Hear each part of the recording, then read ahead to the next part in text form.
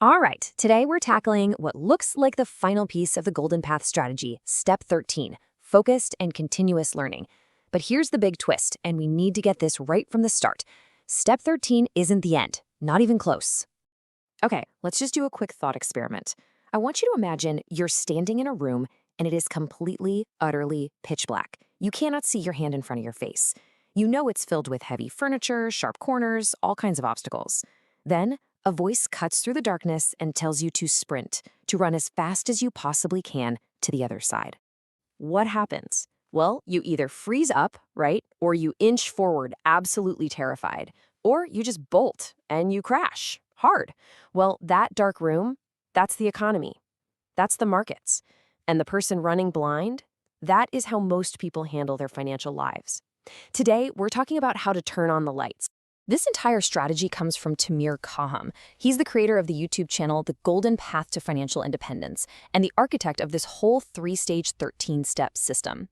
He's also the official Hebrew translator of The Richest Man in Babylon, and that background is so key because it represents this really unique blend of modern systems engineering with timeless, ancient financial wisdom. So this is for you if you're a salaried individual who wants to move from a place of financial dependence to one of asset ownership and real freedom of choice.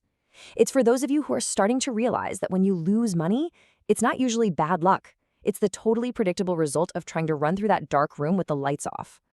So let's get into our first big idea here. We have to completely reframe how we even think about Step 13. It is not the final destination. It's the guidance system for the entire journey. You know, when you look at a list of steps, the obvious assumption is that they're like dominoes. You just knock them down one by one. And Step 13 is the very last one to fall. But that's completely wrong. Step 13 is what Tamir calls the parallel backbone.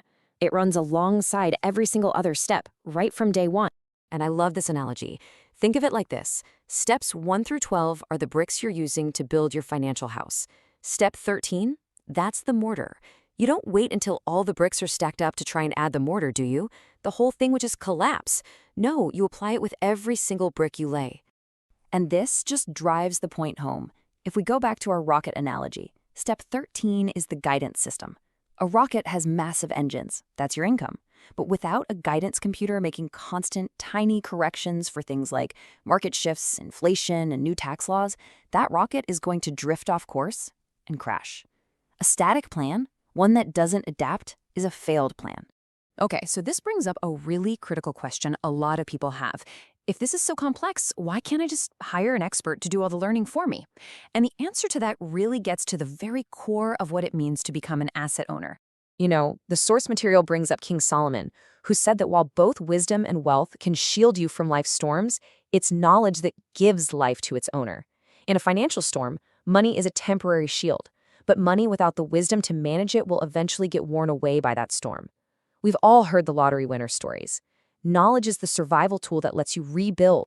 Now, you absolutely should hire experts. But, and this is a huge but, money is a language. If you don't speak that language, you are completely at the mercy of your translator. As an asset owner, you have to become fluent enough to audit your own experts. You have to be able to tell if they're actually looking out for you or if they're just pushing you towards whatever product pays them the highest commission. And this all leads to the golden rule of Step 13. We do not act to learn, we learn so we can act. See, learning by doing is fine when you're making an omelet. The cost of failure is maybe 50 cents. But in finance, the cost of one learning mistake can be an entire decade of your savings. The whole point is to crash the simulator, not the actual jet. So, how do we actually do this without getting completely overwhelmed? Well, the strategy gives us a really practical framework, the 30-day focused learning sprint. The number one enemy of learning is what the source calls the fire hose problem.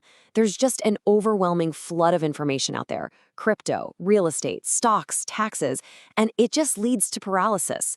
The answer isn't to try and drink from the fire hose. It's to focus on one specific knowledge gap at a time. And here's how you do it. It's a 6-step cycle. First, you identify just your very next knowledge gap, not everything at once. Then you set a really concrete goal, like buy one share of an ETF, not something vague like learn about stocks. Third, you curate just a few high-quality sources to avoid that fire hose. Then comes the critical part. Schedule non-negotiable time and apply what you learn immediately. Don't just read about it, go log in and actually click the buttons. Finally, after 30 days, you review and find your next small gap to tackle. It's all about building momentum. This whole framework is designed to help you avoid two extremes. On one side, you've got the perpetual student who reads 50 books but never actually acts. That's analysis paralysis. On the other side is the blind driver who takes all kinds of action without any learning and, well, inevitably crashes.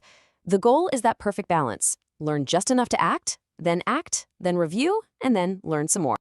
And this all leads to a final, and maybe the most important, mindset shift that Step 13 really demands.